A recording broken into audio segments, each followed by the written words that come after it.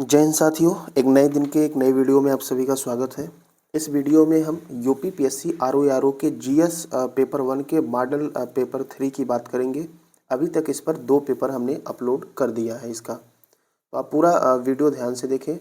साथ ही ये आरओ की जो घटना चक्र की प्रैक्टिस सेट है, इसका जो है हिंदी का 10 सेट हम ऑलरेडी अपलोड कर चुके हैं। बाकी आरओ की कंप्लीट तैयारी कम से कम टाइम में इस चैनल पर प्लेलिस्ट के माध्यम से वीडियो अपलोड की गई है, तो उससे ज़रूर विजिट करें। आइए आगे बढ़ते हैं। यहाँ देखिए, अभी जो आप तैयारी कर रहे हैं, अंतिम समय में अपनी तैयारी को बूस्ट देने के लिए हमारा ऑफिशियल टेलीग्राम चैनल है ANNAD_RAI, इसे ज्वाइन कर लें। यहाँ पर जो है अगले 4 से 5 दिन में पूरा जो यूपी स्पेशल है उसको कवर किया जाएगा और भी विषय कवर किए जाएंगे। सबसे पहले हम एक बेहतरीन PDF भेजते हैं और उसके बाद उसका MCQ सॉल्व करवाया जाता है, तो ये आपके एग्ज़ाम के लिए बहुत ही बेहतरीन होगा। तो आइए बिना देर के हुए सेशन की शुरुआत करते हैं। एक कोट के साथ शुरुआत करेंगे। देखिए, इस समय पूरे प्रदेश में मौसम में बड़े पैमाने पे बदलाव हो रहा है, तो आप लोग बिल्कुल अपने स्वास्थ्य के प्रति सतर्क रहिएगा। अब्दुल कलाम का एक कोट इस पर बिल्कुल सही बैठता है, we should not give up. हम गिव अप भी नहीं कर सकते and we should not allow the problem to defeat us, और प्रॉब्लम को हम अलाउ भी नहीं होने दे सकते हैं जो हमको डिफीट कर सके, मतलब हमारे तबीयत को खराब कर सके। तो अपने स्वास्थ्य को लेकर आप सतर्क रहेंगे। आइए शुरू करते हैं एक फिर से शानदार सेशन की। देखिए, ये सेट नंबर 3 होगा, ये आपका घटना चक्र का ही है। बात करेंगे प्रश्न नंबर पहले से। दिया गया है कि थारू जनजाति के बारे में कौन सा कथन सत्य है। पहला दिया गया है कि थारू की जनजाति उत्तर प्रदेश, उत्तराखंड, बिहार में निवास करती है, बिल्कुल सही है। यह उत्तराखंड की सबसे बड़ी जनजाति तथा उत्तर प्रदेश की तीसरी सबसे बड़ी जनजाति है, ये भी सही है, बिल्कुल सही है। तीसरा, यह बिहार की चौथी सबसे बड़ी जनजाति है, ये गलत है। यह बिहार की भी तीसरी सबसे बड़ी जनजाति है, लेकिन यदि इनकी हम संख्या की बात करें तो सबसे अधिक संख्या इनकी आपको बिहार में देखने को मिलेगा। तो यहाँ पर केवल ऑप्शन ए सही है। अगले प्रश्न की बात करेंगे। अगला है, फिर से आपको कथन पे विचार करना है, ठीक है। देखिए, और सही उत्तर का चयन करना है। पहला कह रहा है कि कालपोंग जल विद्युत परियोजना अंडमान निकोबार द्वीप समूह में कालपोंग नदी पर है, तो ये बिल्कुल सही है। उत्तर प्रदेश में रानी लक्ष्मीबाई बांध परियोजना बेतवा नदी पर है, आपका ये भी सही है। तीसरा, गोविंद वल्लभ पंत सागर जलाशय उत्तर प्रदेश और छत्तीसगढ़ की सीमा पर है, तो ये बिल्कुल गलत है। ये छत्तीसगढ़ की सीमा पे नहीं है, उत्तर प्रदेश और मध्य प्रदेश की सीमा में है, और फिलहाल उत्तर प्रदेश के ये सोनभद्र जिले में है गोविंद वल्लभ पंत सागर जलाशय, ठीक है। तो यहाँ पर छत्तीसगढ़ नहीं, MP होगा, तीसरा गलत है। चौथा, मैथान बांध दामोदर नदी की सहायक नदी बराकर पर है, तो ये जो है आपका बिल्कुल सही है। तो इस तरह से ऑप्शन आपका जो सही होगा 1, 2 और 4 सही होगा। अगले प्रश्न की बात करेंगे। अगला देखिए, भारत में गन्ना के संदर्भ में कथन पे विचार करना है। पहला यहाँ पर दिया गया है कि गन्ने का बीज SBI कोयम्बटूर में उत्पादित किया जाता है, SBI कोयम्बटूर में उत्पादित किया जाता है, तो ये जो है आपका बिल्कुल सही है। दूसरा, शक्कर नगर जो चीनी का प्रमुख उत्पादन केंद्र है तेलंगाना में है, तो बिल्कुल सही है, तेलंगाना में शक्कर नगर भी है। और कारण 14 सहज 3 CO 12,009 संकल्प, ये गन्ना की किस्में हैं, ये भी बिल्कुल सही है। तो यहाँ पर आपका तीनों का तीनों कथन जो है सही है, ठीक है। गन्ना प्रजनन संस्थान कोयम्बटूर द्वारा जो है गन्ना सलाहकार ऐप विकसित किया गया था, इसको ध्यान दीजिएगा, ठीक है। चलते हैं आगे। अगला दिया गया है, कोयला उत्पादन में राज्यों के घटते क्रम को आपको बात करना है। तो यहाँ पर देखिए, दो चीज होता है, एक होता है कि संचित भंडार कितना है और एक उत्पादन के मामले में। इंडियन मिनरल्स ईयरबुक 2023 के द्वारा एक डाटा जारी किया गया, जिसमें उत्पादन में छत्तीसगढ़ आपको टॉप पे मिलेगा, फिर उड़ीसा मिलेगा, फिर मध्य प्रदेश, फिर झारखंड। मतलब ये सारे प्रदेश एक दूसरे के अगल बगल में दिखेंगे। छत्तीसगढ़, उसके दाएं साइड में आपको उड़ीसा देखने को मिल जाएगा, छत्तीसगढ़ के बाएं साइड में मध्य प्रदेश देखने को मिल जाएगा, और छत्तीसगढ़ के सर पे जो है झारखंड। तो सारे एक दूसरे से सटे हुए हैं। लेकिन यदि क्या नाम है, संचित भंडार की बात करें तो पहले नंबर पे आपको झारखंड देखने को मिलेगा संचित भंडार में, दूसरे नंबर पे उड़ीसा देखने को मिलेगा, और तीसरे नंबर पे छत्तीसगढ़ देखने को मिलेगा। तो संचित भंडार में आप झारखंड, उड़ीसा और छत्तीसगढ़ पे आएंगे, ठीक है। चलिए अगले प्रश्न की बात करेंगे। दिसंबर 2022 तक पवन ऊर्जा की स्थापित क्षमता के संदर्भ में आपको बात करना है। क्रमशः 4 बड़े राज्य कौन हैं? तो यहाँ देखिए सबसे अधिक पवन ऊर्जा का उत्पादन तमिलनाडु में, फिर गुजरात में, फिर कर्नाटक में, फिर महाराष्ट्र में। अब इसको कैसे याद करेंगे? सबसे नीचे मैप में आपको तमिलनाडु मिलेगा, उसके जस्ट ऊपर कर्नाटक मिलेगा, ठीक है, सॉरी गुजरात तो ज़्यादा ऊपर हो गया, और उसके जस्ट ऊपर कर्नाटक, जस्ट ऊपर महाराष्ट्र। तो तमिलनाडु, गुजरात, कर्नाटक ये नीचे से तमिलनाडु, कर्नाटक और महाराष्ट्र ये नीचे से ऊपर है, ठीक है, और इसके बाद गुजरात तो महाराष्ट्र से भी ऊपर है। तो इस तरह से ये चारों जो है पवन ऊर्जा में सबसे अग्रणी राज्य हैं। आगे देखिए कौन सा कथन सही नहीं है आपको ये बताना है। तो पहला दिया गया है कोंकण रेलवे रोहा से मंगलुरु को जोड़ता है। तो यहाँ पर ये जो है बिल्कुल सही है। रोहा जो है आपका ये मुंबई में पड़ता है और मंगलुरु आपका जो है ये कर्नाटक में पड़ता है। तो जो कोंकण रेलवे है ये मुंबई को कर्नाटक मतलब रोहा से मंगलुरु को जोड़ता है। दूसरा, सिक्किम को छोड़कर भारत के सभी राज्यों में रेलवे नेटवर्क का विस्तार हो चुका है। तो ये भी बिल्कुल सही है, इसमें कोई डाउट नहीं है। तीसरा, NH2 असम, नागालैंड, मणिपुर, मिजोरम राज्यों से गुजरता है, ठीक है, तो ये भी आपका बिल्कुल सही है। और वर्तमान में भारत का सबसे लंबा राष्ट्रीय राजमार्ग NH44 NAS है, ये बिल्कुल गलत है। यहाँ पर NS का मतलब हो गया नॉर्थ साउथ हो गया और NH का मतलब नेशनल हाईवे। तो यहाँ पर NH44 नहीं है, ये जो सबसे लंबा है ना ये आपका NH27 E और W है। EW का मतलब ईस्ट से लेकर वेस्ट तक, मतलब ये गुजरात के पोरबंदर से लेकर असम के सिलचर को जोड़ता है, ठीक है। गुजरात आपका वेस्ट में है और असम जो है ईस्ट में है। तो ये जो है NH27 आपका जो है नेशनल हाईवे है, ये देश का सबसे लंबा नेशनल हाईवे है। ये पूरे भारत के एक तरह से गुजरात से असम तक बीचों बीच से जैसे कर्क रेखा गुजरती है उसी प्रकार से ये भी गुजरता है। कर्क रेखा जो है भारत के 8 राज्यों से गुजरती है, जबकि NH27 भारत के 7 राज्यों से गुजरता है। 3507 किलोमीटर इसकी लंबाई है, ठीक है। आगे बात करते हैं। तो यहाँ पर आपका डी गलत हो जाएगा। इंडोनेशिया के संदर्भ में कौन सा कथन सही है? तो देखिए पहला दिया गया कि माउंट मेरापी तथा क्राकाटोआ यहाँ के ज्वालामुखी हैं, तो बिल्कुल सही है। इंडोनेशिया के ज्वालामुखी हैं माउंट मेरापी और क्राकाटोआ। इसके बाद फिर दिया गया है यहाँ पर लगभग 17,000 से अधिक छोटे बड़े द्वीप हैं, तो ये भी आपका बिल्कुल सही है। तो ये जो इंडोनेशिया है ये दक्षिण पूर्व एशियाई देश है और यहाँ पर लगभग 130 सक्रिय ज्वालामुखी भी पाई जाती हैं, जिसमें मुख्य ज्वालामुखी आपका माउंट मेरापी और क्राकाटाओ है। तो यहाँ पर दोनों का दोनों ऑप्शन जो है सही हो जाएगा, ऑप्शन सी। आगे बात करते हैं कौन सा अफ्रीका महाद्वीप का जो है अफ्रीका महाद्वीप के दक्षिण पश्चिम भाग में है। तो यहाँ के लिए आपको मैप देखना चाहिए, ठीक है, तो मैप जरूर रखें अपने सामने अगर ज्योग्राफी की पढ़ाई कर रहे हैं। तो यहाँ पर अफ्रीका महाद्वीप के जो दक्षिण पश्चिम भाग में है वो आपको अंगोला देखने को मिल जाएगा, ठीक। लाइबेरिया जो है ये अफ्रीका महाद्वीप में के उत्तर पश्चिम भाग में देखने को मिलेगा। बोत्सवाना जो है ये अफ्रीका के दक्षिण में देखने को मिलेगा और गैबन जो है ये भूमध्य रेखा के आसपास देखने को मिलेगा। ये पश्चिमी अफ्रीका के मतलब अफ्रीका में पश्चिम साइड में देखने को मिलेगा। जो आपका अफ्रीका महाद्वीप है उसे अंध महाद्वीप या काला महाद्वीप भी कहा जाता है और अफ्रीका महाद्वीप को भविष्य का महाद्वीप भी कहते हैं। अगला देखिए यहाँ पर कौन सा नदी है शहर सुमेलित करना है।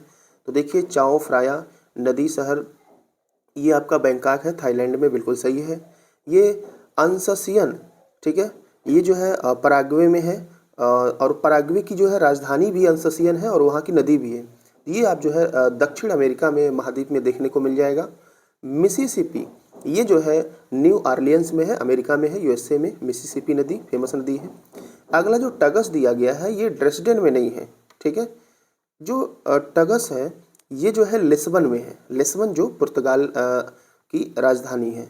तो टगस नदी जो है लिस्बन में है, पुर्तगाल की राजधानी है। आगे बात करेंगे। अगला फिर से सुमेलित कौन सा नहीं है आपको बताना है। ये कुछ जनजातियों के बारे में दिया गया है।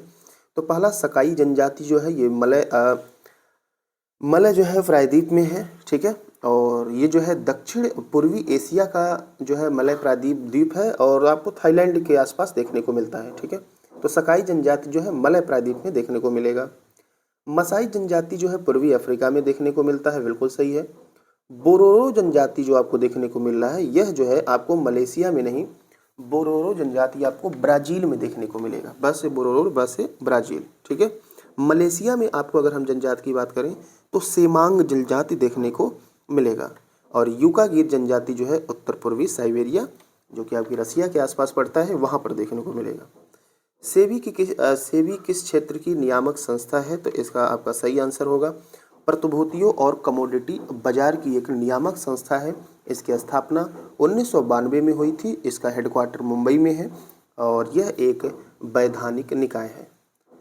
भारत में वर्ष 2023-24 के बजट के अनुसार राजकोषीय घाटा कितने प्रतिशत रहने का अनुमान है?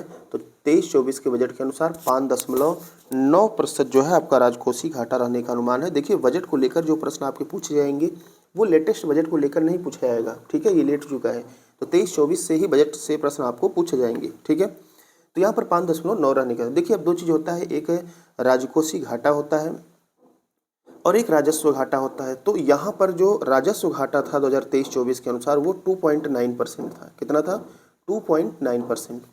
देखिए, राजकोषीय घाटा उसे कहते हैं जब सरकार के कुल कमाई और खर्च का जो अंतर होता है ना, उसी को ही राजकोषीय घाटा कहते हैं। मतलब कमाई कम हुई, खर्च ज़्यादा हो गया, ठीक है। तो और उसके बाद बात करें, ये जो आपका राजस्व घाटा क्या होता है? जब जो है कुल कमाई से अधिक खर्च होने पर बाजार से सरकार कर्ज लेती है, ठीक है। सरकार की कर्ज लेने के बाद सरकार की राजस्व प्राप्ति और राजस्व व्यय के बीच अंतर को ही राजस्व घाटा कहा जाता है। तो जब कर्ज जो लिया जाता है उसे जो है राजस्व घाटा कहा जाता है। यहाँ पर आगे देखिए, 13 नंबर प्रश्न की बात करेंगे।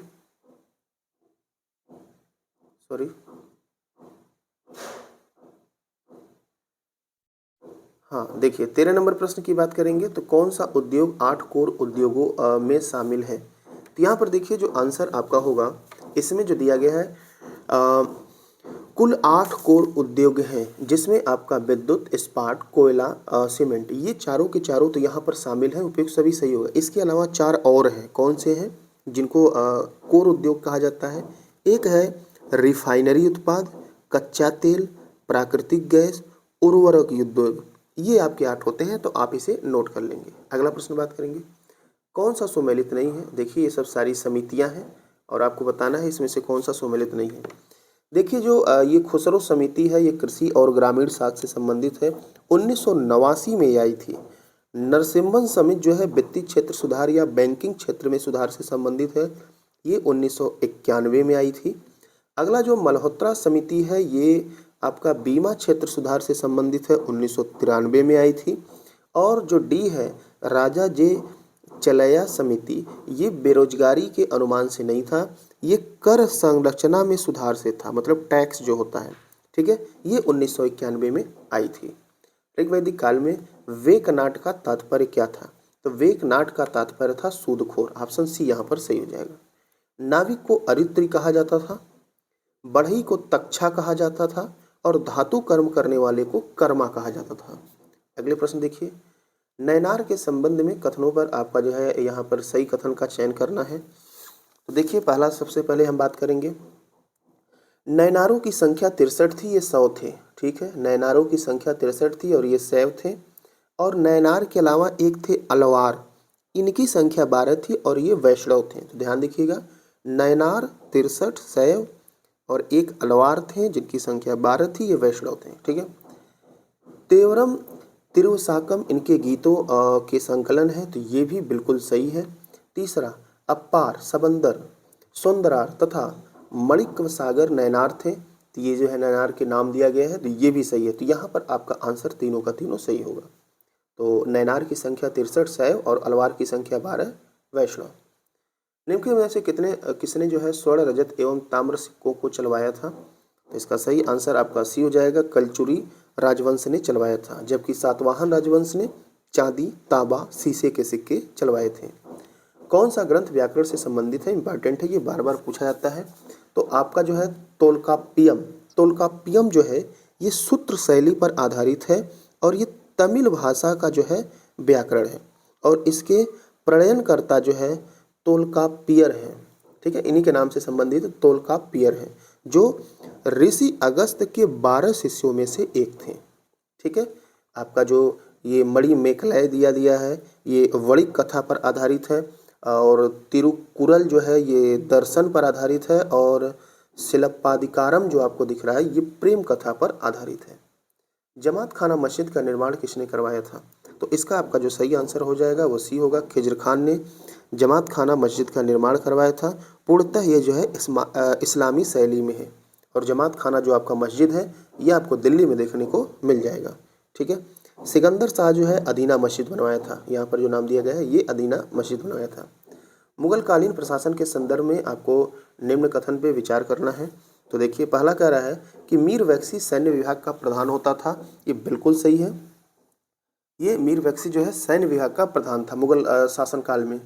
अहदी सैनिक जो है बादशाह के अंगरक्षक के रूप में कार्य करते थे, ये भी सही है। और अहदी सैनिक की जो नियुक्ति होती थी वो बादशाह के द्वारा की जाती थी। अहदी सैनिक लोक आचरण अधिकारी को मुशरिफ कहते थे, ये ऑप्शन आपका गलत है। मुशरिफ नहीं, मुहतिब कहते थे, मुहतिब कहा जाता था लोक आचरण अधिकारी को। यहाँ पर फिर आंसर आपका केवल 1-2 सही होने वाला है। अगले प्रश्न की बात करेंगे। गांधी जी ट्रूथ, गांधी जी का सत्य पुस्तक के लेखक कौन है? तो ये एरिक एरिक्सन है। ठीक है, ध्यान दीजिएगा। और जो आपको नाम यहाँ पर जेम्स मिल दिख रहा है, इनके द्वारा लिखा गया है the history of British India. और जो विलियम डिग्वी है, इनके द्वारा लिखा गया है प्रॉस्परस ब्रिटिश इंडिया। ठीक है, अगले प्रश्न की चलेंगे। कौन सा कथन सही नहीं है? हाँ, कौन सा कथन सही नहीं है आपको बताना है। तो देखिए, पहला जो यहाँ पर दिया गया है कि Lord Hastings, Charles Metcalfe, Macaulay और रिपन स्वतंत्र प्रेस के समर्थक थे, तो ये बिल्कुल सही है। वेलेजली, मिंटो, एडम कैनिंग भारतीय प्रेस स्वतंत्रता के पक्ष में नहीं थे, ये भी बिल्कुल सही है। समाचार पत्र संबंधी कानूनों की समीक्षा हेतु वर्ष 1925 में प्रेस कमेटी की नियुक्ति की गई थी, यही गलत है। ये 1925 में नहीं हुई थी, प्रेस कमेटी की नियुक्ति 1921 में की गई थी। ठीक है, और वर्ष 1908 में दी न्यूज पेपर्स एक्ट पास किया गया था। ठीक है, और ठीक है, तो ये आपका जो है सी यहाँ पर आपका आंसर गलत हो जाएगा। और जो प्रेस कमेटी की नियुक्ति की गई थी 1921 में, इसके अध्यक्ष थे तेज बहादुर सप्रू। ठीक है, और इनके इस कमेटी के जो है सुझाव पर जो है 1910 के जो प्रेस से संबंधित नियम थे, 1908 और 1910 के जो ये एक्ट पास हुआ था 8 और 10 में, ये सारे नियम जो है रद्द कर दिए गए थे इस जो है कमेटी की सिफारिश पर, जो 1921 में तेज बहादुर सप्रू की अध्यक्षता में बनाई गई थी। अगला देखिए, कौन सा युग में सुमेलित नहीं है आपको बताना है। ये नृत्य है, प्रदेश है, तो फिर ये नाट्य नृत्य हिमाचल प्रदेश है, खानटुम नृत्य जो है मिजोरम में है, थाली नृत्य जो आपको दिख रहा है ये मेघालय में नहीं है। थाली नृत्य आपको जो है उत्तराखंड में देखने को मिलेगा। कहाँ मिलेगा? उत्तराखंड। और मेघालय में जो है लोहो नृत्य मनाया जाता है। कोरकू नृत्य जो है महाराष्ट्र में मनाया जाता है, बिल्कुल सही है। कौन सा युग में जो है सुमेलित नहीं है, फिर से आपको ध्यान देना है। यहाँ पर देखिए, दार उल उलूम ये जो देवबंद सहारनपुर 1866 में ठीक है स्थापित हुआ था। ठीक है, तो ये जो है पहला बिल्कुल सही है। दूसरा है दार उल उलूम नवातुल उलमा, ये अलीगढ़ में जो है, तो ये बिल्कुल गलत है, अलीगढ़ में है नहीं है, ये लखनऊ में हुआ है, लखनऊ में है। 1898 में ये स्थापित हुआ था और इसकी स्थापना नवातुल उलमा के द्वारा किया गया था, तो आंसर आपका बी होगा। यूनाइटेड इंडियन पैट्रियाटिक एसोसिएशन 1888 में हुआ था, बिल्कुल सही है। और ईस्ट इंडिया एसोसिएशन 1866 में स्थापित हुआ था, ये भी बिल्कुल सही है। अगले प्रश्न की बात करेंगे, कौन सा युग में सुमेलित नहीं है आपको बताना है। तो देखिए, यहाँ पर दिया गया है कि भारतीय चमड़ा एवं रगाई जूता संस्थान, तो चमड़ा और रगाई जूता संस्थान दोनों कानपुर में होता है। तेल सोधा कारखाना मथुरा में है, नो डाउट है। कृत्रिम अंग निर्माण लिमिटेड ये जो है ये भी आपका कानपुर में है, लेकिन जो परमाणु शक्ति केंद्र है ये एकमात्र यूपी में है, जो कि टुंडला में नहीं है। टुंडला जो है फिरोजाबाद में पाया जाता है, ये आपके बुलंदशहर के नरौरा में है। परमाणु शक्ति केंद्र जो है बुलंदशहर के नरौरा में है। उत्तर प्रदेश वायु अपरदन से सर्वाधिक जो है प्रभावित जिला कौन सा है? तो इससे जो सर्वाधिक प्रभावित जिले दो हैं, एक मथुरा और दूसरा आगरा है। ठीक है, और यूपी में जलीय अपरदन से हिमालय का तराई भाग प्रभावित होता है। उत्तर प्रदेश ललित कला अकादमी के प्रथम अध्यक्ष कौन थे? तो ये थे डॉक्टर संपूर्णानंद। और ललित कला अकादमी की स्थापना 8 फरवरी 1962 को की गई थी लखनऊ में। ठीक है, आगे पूछा जाता है ललित कला अकादमी कहाँ है, तो आप लखनऊ कहेंगे। भारत के निम्न राज्यों केंद्र शासित प्रदेशों के समूह में से कौन सा समूह पाकिस्तान से सीमा बनाता है? तो आप शुरू से ट्रिक रटते हुए आते हैं, पंगु राज कहते हैं। तो पहले आपका क्या था? पंजाब, गुजरात, राजस्थान और जम्मू कश्मीर था। अब चूंकि जम्मू कश्मीर जो है दो पार्ट में बट गया, एक आपका जो है लद्दाख हो गया और दूसरा जम्मू कश्मीर हो गया। तो इस तरह आपके जो है 5 राज्य जो है पंजाब से मिलेंगे। ये देख लीजिए, पंजाब, जम्मू कश्मीर, लद्दाख, राजस्थान और गुजरात। कन्याकुमारी से सटी पहाड़ियाँ कौन सी हैं? तो कन्याकुमारी जो है सबसे अंतिम में पड़ता है तमिलनाडु में, और यहाँ से सटी पहाड़ियाँ जो है कार्डामम की पहाड़ियाँ देखने को मिलेंगी। कार्डामम का मतलब होता है इलायची की पहाड़ियाँ, और कार्डामम पहाड़ी की अन्य नाम है येला माला पहाड़ियाँ। येला माला पहाड़ियाँ, ठीक है। अब ये जो कार्डामम की जो पहाड़ियाँ आपकी इलायची की जो दिख रही हैं, ये अन्नामलाई की जो है पहाड़ी के साउथ में आपको देखने को मिलेंगी, ठीक है। अन्नामलाई पहाड़ी के साउथ में, दक्षिण में। अन्नामलाई जो पहाड़ी है ये आपको केरल, तमिलनाडु में इसका विस्तार मिलेगा, और कार्डामम की जो पहाड़ी है ये भी आपको केरल में इसका विस्तार देखने को मिलेगा। अगर हम अन्नामलाई पहाड़ी की बात करें, जो कि आपका केरल तमिलनाडु में है, ज़्यादा विस्तार केरल में है, तो इसकी जो सबसे ऊंची चोटी है वो अनामुदी है, जो कि 2695 किलोमीटर है। नीलगिरी पहाड़ी की बात करेंगे तो नीलगिरी जो है ये पूर्वी और पश्चिमी घाट को जोड़ने का काम करती है, और इसकी जो सबसे ऊंची चोटी है वो दोदा बेटा है, जो कि 2637 मीटर है, ठीक है। और इसका विस्तार जो है केरल, कर्नाटक, तमिलनाडु में है। सेवराय की पहाड़ी की बात करेंगे तो उड़ीसा से लेकर नीचे तमिलनाडु तक जो है ये पूर्वी घाट पर फैली हुई है, ठीक है। चलिए अगले प्रश्न की बात करेंगे।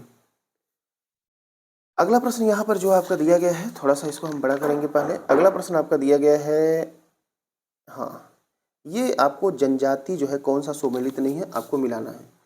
तो देखिए जो इसका सही आंसर आपका निकलेगा, सबसे पहले अंगामी जनजाति नागालैंड बिल्कुल सही है। बिरहोर जनजाति झारखंड ये भी बिल्कुल सही है, लेकिन जो खस जनजाति है ये आपका अरुणाचल प्रदेश में देखने को नहीं मिलेगी। खस जनजाति ये हिमाचल प्रदेश, उत्तराखंड और जम्मू कश्मीर में देखने को मिलती है। हिमाचल प्रदेश, उत्तराखंड और जम्मू कश्मीर, जबकि टोडा जो है तमिलनाडु में देखने को मिलेगी। भारतीय उपमहाद्वीप पर ग्रीष्म ऋतु में उच्च ताप और निम्न दाब हिंद महासागर से वायु का कर्षण करते हैं। हिंद महासागर से वायु का कर्षण करते हैं ग्रीष्म ऋतु में, ठीक है। अब यहाँ पर देखिए, कर्षण का मतलब होता है खींचना, जिसके कारण प्रवाहित क्या होती हैं। तो देख लीजिए गर्मी ऋतु में यही आपकी दक्षिण पश्चिमी मानसून जो है ये आपके जो है साउथ में केरल पे सबसे पहले आती हैं, यहाँ से फिर निकलती हैं और पूरे जो है देश में भारी बारिश जो है करती हैं। यहाँ पर सही आंसर आपका दक्षिण पश्चिम मानसून हो जाएगा, और यहाँ पर पूरे देश में 80% से अधिक वर्षा जो है दक्षिण पश्चिम मानसून के द्वारा होती है। क्लियर है? तो आंसर आपका ये हो जाएगा। अगला दिया गया कि दलहनी फसलों के उत्पादन हेतु कौन सा तत्व आवश्यक है? तो सही आंसर आपका हो जाएगा कोबाल्ट, ठीक है। देखिए दलहनी का मतलब दलहनी फसलों के मतलब दाल के उत्पादन में, दलहनी फसलों के दलहनी उत्पादन में भारत दुनिया में पहले स्थान पे है, और सबसे बड़ा उपभोक्ता भी है, फिर भी आयात करता है भारत, ठीक है। तो देखिए यहाँ पर कोबाल्ट हो जाएगा, और एक होता है राइजोबियम भी होता है। देखिए कोबाल्ट का काम क्या होता है, ये नाइट्रोजन स्थिरीकरण के लिए आवश्यक होते हैं, ठीक है। ये एक प्रकार के जीवाणु हैं। लेकिन नाइट्रोजन स्थिरीकरण क्या होता है? देखिए नाइट्रोजन स्थिरीकरण जो होता है, वायुमंडल की मुक्त नाइट्रोजन को, जो वायुमंडल में नाइट्रोजन आपका है गैस के रूप में है, को पौधों के लिए उपयुक्त व उपयोगी नाइट्रोजिनस यौगिकों में परिवर्तित करने की जो प्रक्रिया है उसे जो है नाइट्रोजन स्थिरीकरण करते हैं, और यह कोबाल्ट के द्वारा किया जाता है, ठीक है। आगे बात करेंगे अगले प्रश्न की। कौन सा विकल्प जो है सही सुमेलित है, आपको बताना है। तो देख लीजिए 33 का जो आपका सही आंसर होगा, जो बॉक्साइट है ये आपका लोहरदगा में पाया जाएगा, जो कि झारखंड में देखने को मिलता है। लोहरदगा झारखंड बॉक्साइट, ठीक है। अब यहाँ पर बात करेंगे जो फिर गलत क्या है इसमें। देखिए जो मैग्नीज दिया गया है ये वैला द्रिला दिया गया है, तो जो वैला द्रिला है ये छत्तीसगढ़ में मिलेगा, ये लोहे के लिए फेमस है, ठीक है। जो यहाँ पर आपको लोहा दिख रहा है, लोहे के लिए ये जो है तलचर फेमस है, तलचर, जो कि उड़ीसा में देखने को मिलेगा। ये जो आपको कोडरमा देखने को मिल रहा है, यहाँ पर जो है अभ्रक आपको मिलेगा, कोडरमा, जो कि झारखंड में है, ठीक है। तो बाकी आप देख ही लिए, चलिए आगे चलते हैं। तो इसका आंसर आपका जो है बी हो जाएगा। वैश्विक शांति सूचकांक 2023 में भारत जो है किस स्थान पर है? तो भारत इसमें 126वें स्थान पर है। यूरोप जो है विश्व का सबसे शांतिमय क्षेत्र इसमें घोषित किया गया है। जून 2023 को इसका 17वां संस्करण जारी किया गया है और पहले नंबर पे आइसलैंड है। ठीक है, तो आइस मतलब जहाँ बर्फ रहेगा, वैसे भी वहाँ कोई बोलने वाला नहीं है, आवाज़ ही नहीं निकलेगी। तो आइसलैंड टॉप पे है, भारत 126वें स्थान पे है और यूरोप को सबसे शांति क्षेत्र घोषित किया गया है। नीति आयोग द्वारा जारी निर्यात सूचकांक रिपोर्ट 2022 से संबंधित कथन पे विचार करना है। तो देखिए, पहला जो दिया गया है, यह सूचकांक 4 स्तंभों नीति, व्यवसाय, पारितंत्र, निर्यात पारितंत्र तथा निर्यात निष्पादन पर आधारित है। तो ये जो है पहला बिल्कुल सही है। दूसरा कह रहा है कि समग्र रैंकिंग में गुजरात जो है शीर्ष स्थान पर है। तो ये यहाँ पर बिल्कुल ये गलत है। गुजरात जो है चौथे स्थान पर है, टॉप पे तमिलनाडु है। ठीक है, कौन है? तमिलनाडु टॉप पे है। अगर हम उत्तर प्रदेश की बात करें तो उत्तर प्रदेश इसमें 7वें स्थान पर है। भारत का शीर्ष निर्यातक जिला जो है सूरत गुजरात है। गुजरात तो है लेकिन सूरत जिला नहीं है, जामनगर जिला है। तो केवल ऑप्शन ए सही देखने को मिलेगा। अगला प्रश्न है कि व्हाइट पर्वत कहाँ पाए जाते हैं? व्हाइट मतलब सफ़ेद हो जाता है। तो ये जो पर्वत हैं आपको अमेरिका में देखने को मिल जाएंगे, न्यू हैम्पशायर में देखने को मिलेंगे व्हाइट पर्वत। अगला देखिए, कौन सा देश युग्म अरल सागर के किनारे है? इसको आपको बताना है।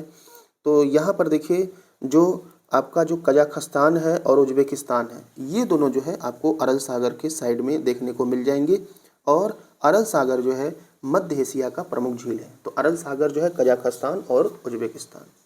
निम्न में से कौन सी नहर दक्षिणी जर्मनी में आंतरिक जल मार्ग के रूप में प्रयोग की जाती है? तो ये जो नदी है, ये लुडविग्स नदी, जो आपका लुडविग्स नहर हो जाएगा, जो है दक्षिण जर्मनी में आंतरिक जलमार्ग के रूप में प्रयोग की जाती है, लुडविग्स नहर। ठीक है भाई। अब यहाँ पर पहला ऑप्शन जो दिख रहा है वोल्गा डान नहर, ये आपको रूस में देखने को मिल जाएगा और यह जो है वोल्गा और डान, ये दो नदी को जोड़ने का कार्य करता है। वोल्गा डान नहर का नाम है और दो नदी को जोड़ेगा, वोल्गा प्लस डान।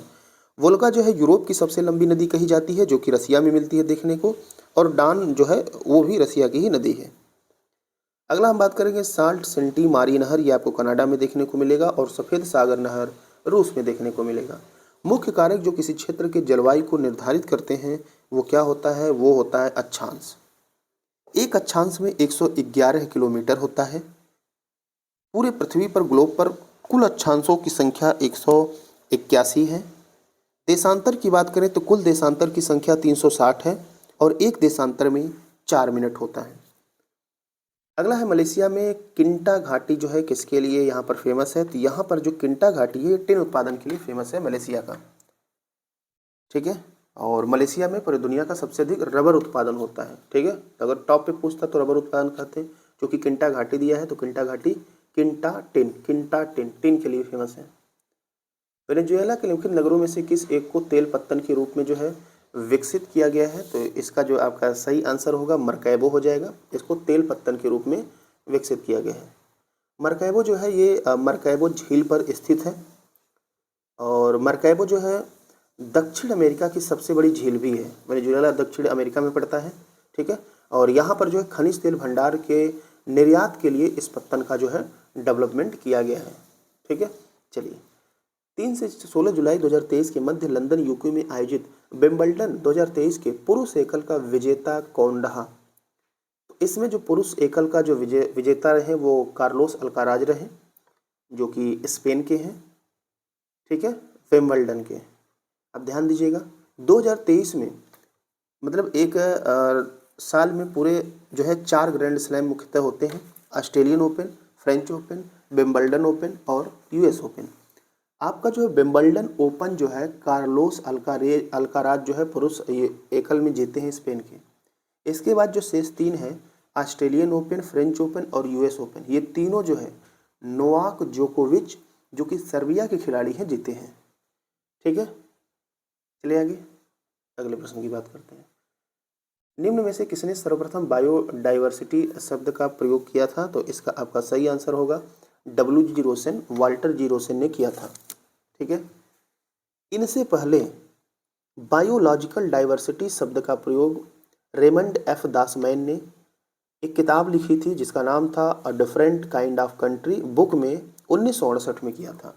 बाद में फिर जो है लेकिन बायोडायवर्सिटी शब्द का बात करेंगे तो W.C. रोशन ने किया था। ड्यूगोंग नामक समुद्री जीव जो कि विलोपन की कगार पर है, ये क्या है? यह जो है एक स्तनधारी मैमल है। ड्यूगोंग नामक समुद्री जीव स्तनधारी ये मैमल है और ये आपको जो है IUCN की जो है रेड लिस्ट में देखने को मिलेगा, साथ ही हमारे मन्नार की खाड़ी में देखने को मिलेगा जो कि भारत और श्रीलंका के मध्य में है। क्लियर? आगे बात करेंगे। अगला प्रश्न यहाँ पर है कि मानव की कौन सी क्रिया जलवायु से सर्वाधिक प्रभावित होती है? मतलब ऐसी मानव की कौन सी क्रिया है जिसे जलवायु सबसे अधिक प्रभावित करता है? तो यहाँ पर इसका जो सही आंसर होगा वो कृषि हो जाएगा। जो कृषि है वो सबसे अधिक प्रभावित होती है। गर्मी अधिक पड़ गई, सूखा पड़ जाएगा, वर्षा अधिक हो गई, फसल बर्बाद हो जाएगा। और यहाँ पर कृषि की बर्बादी को लेकर, क्योंकि हमारे देश में गरीबी ज़्यादा है, ज़्यादा किसान जो है मौसम पर निर्भर होते हैं, वर्षा पर निर्भर होते हैं, तो आए दिन आत्महत्या के भी मामले बड़े पैमाने पर देखने को मिलते हैं। तो जलवायु जो मानव की क्रिया है, कृषि है, सबसे अधिक इसी पर प्रभाव डालता है। अगला प्रश्न देखिए, निम्नलिखित दशाओं में से कौन वैश्विक तापन के असर को इंगित करता है? अगर विश्व का ताप बढ़ जाएगा तो फिर क्या क्या होने वाला है? हिमानी का पिघलना है, नो डाउट है। ताप बढ़ेगा तो जो हिमानी जो बर्फ है पिघलेंगे। सागरीय तल में उत्थान होगा, भाई जब ये पिघलेंगे सारा पानी जाएगा सागर में तो उसका तल उठेगा। मौसमी दशाओं में परिवर्तन होगा, नो डाउट है।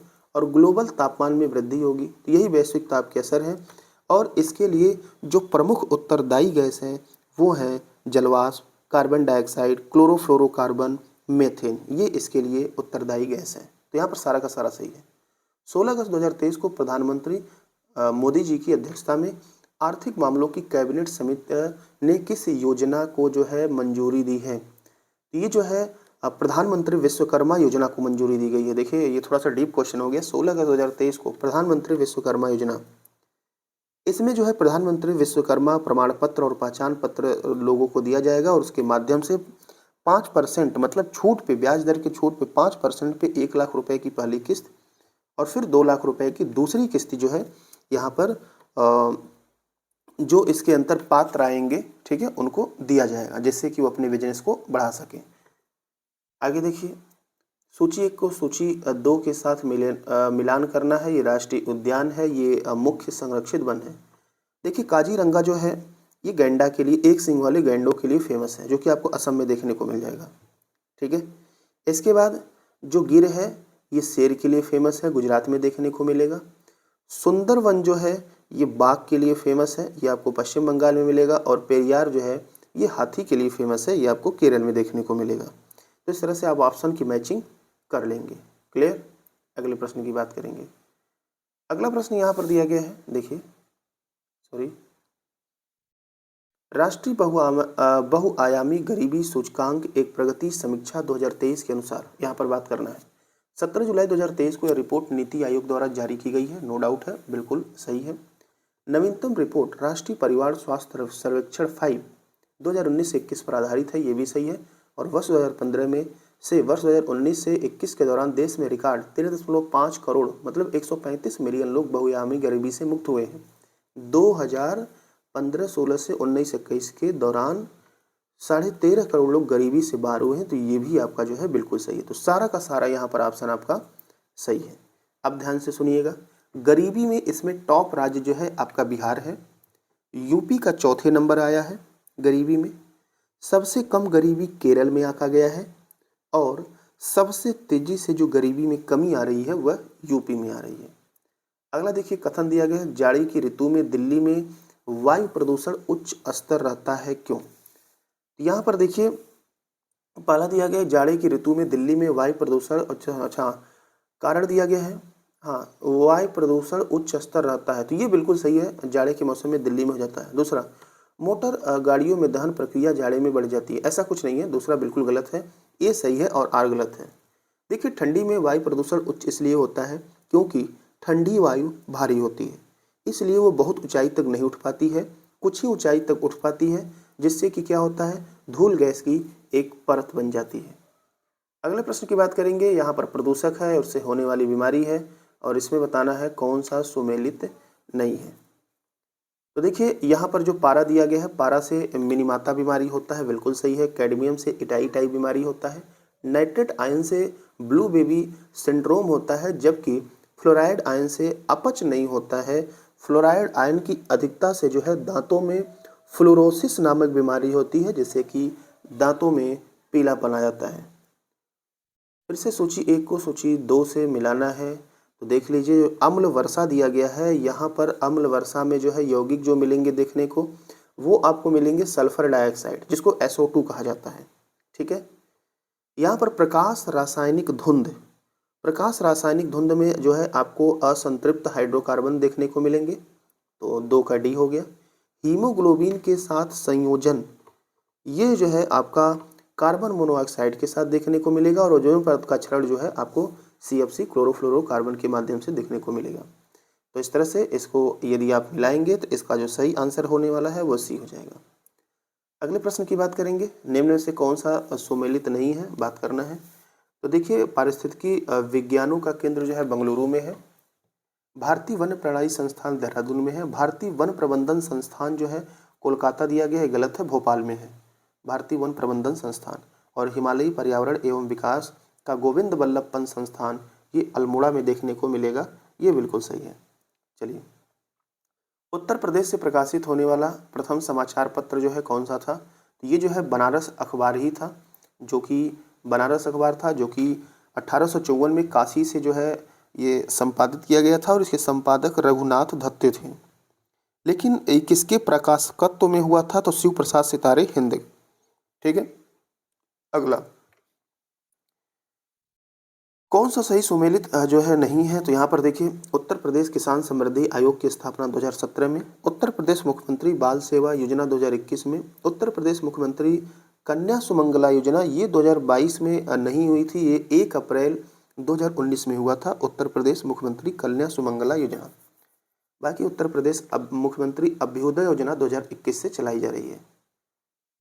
फिर से निम्न कथन पे आपको विचार करना है। देखिए, उत्तर प्रदेश वर्ष 1947 तक भारतीय राष्ट्रीय कांग्रेस के कुल जो है इसमें 8 अधिवेशन हुए थे, ये बिल्कुल गलत है, 8 नहीं 9 अधिवेशन यहाँ पर हुए थे।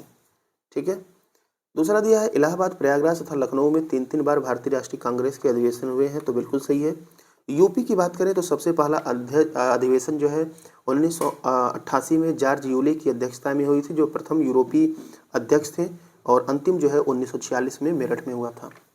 बनारस के राजा शिव प्रसाद सितारे हिंद कांग्रेस के विरोधी थे, तो ये भी बिल्कुल सही है। तो यहाँ पर आंसर जो है आपको 2-3 देखने को मिल जाएगा।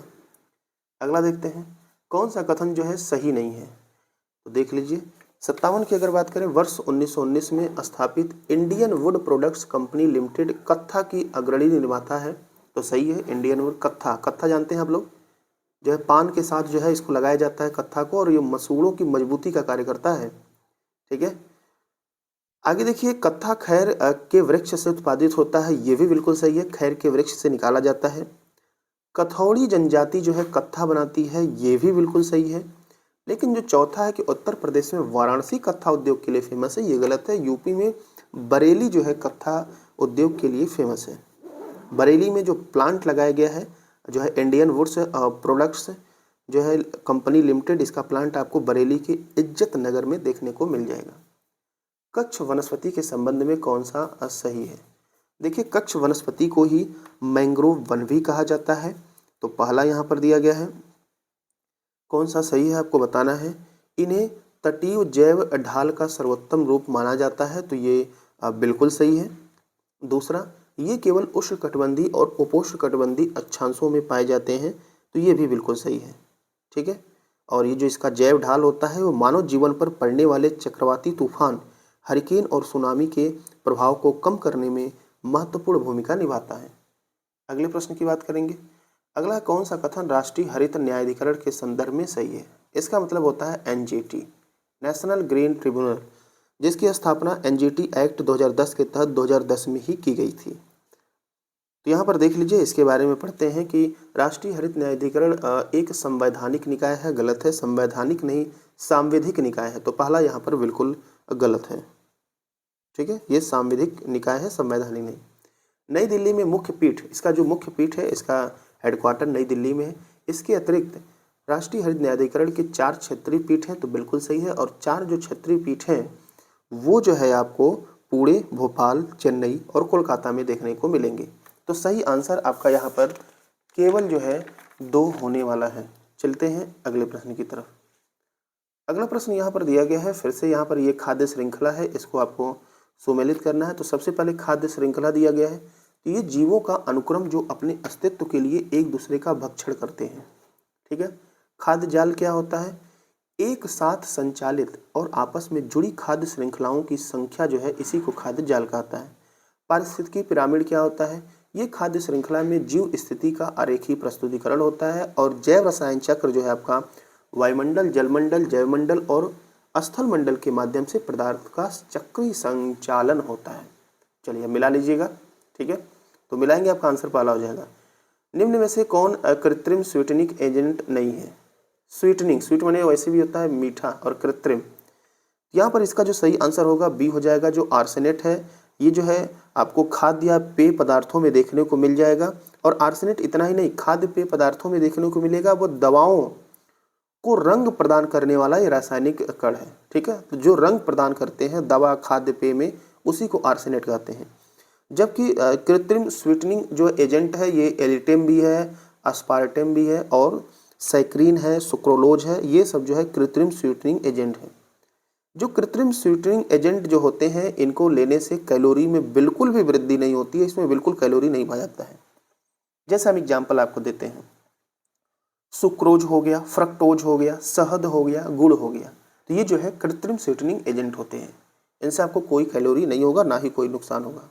भारत में मताधिकार और निर्वाचित होने का जो अधिकार है, ये कौन सा अधिकार है? तो ये जो है अधिकार आपका विधिक या कानूनी अधिकार है। और यह अधिकार लोक प्रतिनिधित्व अधिनियम 1951 में इसका प्रावधान किया गया है। भारत के संसद द्वारा panchayat extension to schedule areas, extension मतलब होता है बढ़ाना, टू शेड्यूल मतलब जनजातीय एरिया को बढ़ाना। तो भारत के द्वारा पंचायत कानून जो है शेड्यूल एरिया को बढ़ाने का कब पारित हुआ था? तो ये 1996 में हुआ था। कब हुआ था? 1996 हुआ था। यह जो अधिनियम है, ये पंचायतों से संबंधित भाग 9 के प्रावधानों को अनुसूचित क्षेत्रों में विस्तारित करने के लिए अधिनियमित किया गया था। ठीक है, आगे बात करते हैं। भारत के संघों राज्यों की विधानसभाओं में न्यूनतम सदस्य संख्या कहाँ देखने को मिलेगी? तो ये आपको 30 देखने को मिलेगी। संघ शासित क्षेत्र है केंद्र शासित, जो कि पुदुचेरी में देखने को मिलेगी। और 32 जो दिख रहा है ना, ये सिर्फ राज्य में हम बात करेंगे तो सिक्किम में 32 देखने को मिलेगा। सिक्किम में 32, पुदुचेरी में 30। जबकि सबसे अधिक जो है विधानसभा की संख्या आपको यूपी में देखने को मिलेगा, जो कि 403 है। दूसरे नंबर पे आपको जो है पश्चिम बंगाल में देखने को मिलेगा विधानसभा, जो कि 294 है। तीसरे नंबर पर आपको महाराष्ट्र में देखने को मिलेगा, जो कि 288 है। और चौथे नंबर पर बिहार, जो कि 243 है। ठीक है, किसी भी राज्य में न्यूनतम 60 और अधिकतम 500 से अधिक विधानसभा सदस्य नहीं हो सकते हैं, सीटों की संख्या नहीं हो सकती है। ठीक है, फिलहाल ये जो दिया गया है ये अपवाद है। केंद्रीय विधानसभा का निम्नलिखित में से कौन सा निर्वाचन भारत शासन अधिनियम 1919 के तहत हुआ था? तो केंद्रीय विधानसभा का जो है निर्वाचन जो है भारत शासन अधिनियम 1919 के तहत जो हुआ था, एक 1926 का, एक 1945 का। यहाँ पर AC दोनों हो गया। ठीक है, तो जो निर्वाचन हुआ था ये भारत शासन अधिनियम से 1926 और 45 दोनों हुआ था। ठीक है, और 45 वाला इस नियम से अंतिम निर्वाचन था। तो आंसर AC दोनों हो जाएगा। NIRF इंडिया रैंकिंग 2023 की समग्र श्रेणी में किस संस्थान को शीर्ष स्थान प्राप्त हुआ है? तो ये जो है आपको IIT मद्रास देखने को मिलेगा सारी श्रेणी में, जो है NIRF की इंडिया की रैंकिंग में। NIRF का मतलब होता है नेशनल इंस्टीट्यूट रैंकिंग फ्रेमवर्क। यह जो रैंकिंग होती है उच्च शिक्षण संस्थान की इंडिया रैंक जारी करती है। ठीक है, जो कि केंद्रीय शिक्षा मंत्रालय के द्वारा 5 जून 2023 को जारी किया गया था। अब इसमें सभी श्रेणियों में IIT मद्रास टॉप पे है, लेकिन यदि विश्वविद्यालय की श्रेणी में पूछेगा तो फिर भारतीय विज्ञान संस्थान बेंगलुरु देखने को मिलेगा। ठीक है, दोनों ध्यान रखिएगा। अगला दिया गया है कि यहाँ पर कौन सा जो है प्रयोग करते हुए सही सुमेलित उत्तर चूज करना है। देख लीजिए, भारतीय संविधान का 9 जो है पंचायत से संबंधित है, अभी हमने पीछे बताया है। जो भाग 8 है ये केंद्र शासित प्रदेश से है, संघ राज्य क्षेत्र से है। जो भाग ये 4 का A है ये मूल कर्तव्य है, और 9 का A जो है नगर पालिका से संबंधित है। तो इस तरह से आप जो है इसको मैच कर लेंगे। अगले प्रश्न की बात करेंगे। सूची 1 को सूची 2 से मिलाना है, फिर से अनुच्छेद है, देखिए ध्यान से। पॉलिटी से आपको 8 से 9 प्रश्न देखने को मिलेंगे। सबसे पहला दिया गया भारत का नियंत्रक एवं महालेखा जो परीक्षक होता है, ये अनुच्छेद 148 में देखने को मिलेगा। ठीक है, कैग की अवधारणा 141 से 151 तक है। वित्त आयोग 260 के तहत देखने को मिलेगा। ठीक है, अभी वित्त आयोग के जो है अध्यक्ष बनाए गए हैं अरविंद पनगड़िया 16वें वित्त आयोग के। प्रशासनिक अधिकरण जो है ये आपको जो है अनुच्छेद 323 के ए में देखने को मिलेगा, और संघ लेख सुया आयोग जिसे यूपीएससी कहते हैं ये अनुच्छेद 315 में देखने को मिलेगा। तो इस तरह से मैचिंग करेंगे, ऑप्शन नंबर ए आपका सही हो जाएगा। अगले प्रश्न की बात करेंगे तो 28 मई 2023 को पीएम मोदी जी द्वारा नए संसद भवन का उद्घाटन किया गया है। इसके कथन में आपको विचार करना है। तो देखिए, इस अवसर पर प्रधानमंत्री द्वारा 75 रुपए का सिक्का और स्मारक डाक भी जारी किया गया है, तो ये बिल्कुल सही है। नए संसद भवन के मुख्य द्वार पर पवित्र सेंगोल स्थापित किया गया है, बिल्कुल गलत है, ये मुख्य द्वार पर नहीं किया गया है। ये जो लोकसभा में जो स्पीकर की कुर्सी है उसके ठीक बगल में किया गया है। ठीक है, अगला सुनिए। नए संसद भवन के लोकसभा सदस्य हेतु 866 है, नहीं, इसको लोकसभा में 3 बार 8 याद करिए, 888 है, जबकि ये 384 है राज्यसभा में। तो ये सीट आप जो है जरूर याद कर लीजिएगा, 384 888। तो वहाँ पर आपका केवल जो है एक सही देखने को मिला, बाकी गलत है। ठीक है, अगले प्रश्न की बात करेंगे। अगला प्रश्न दिया गया है, निम्न कथन पे आपको फिर से विचार करना है, तो आइए विचार करते हैं।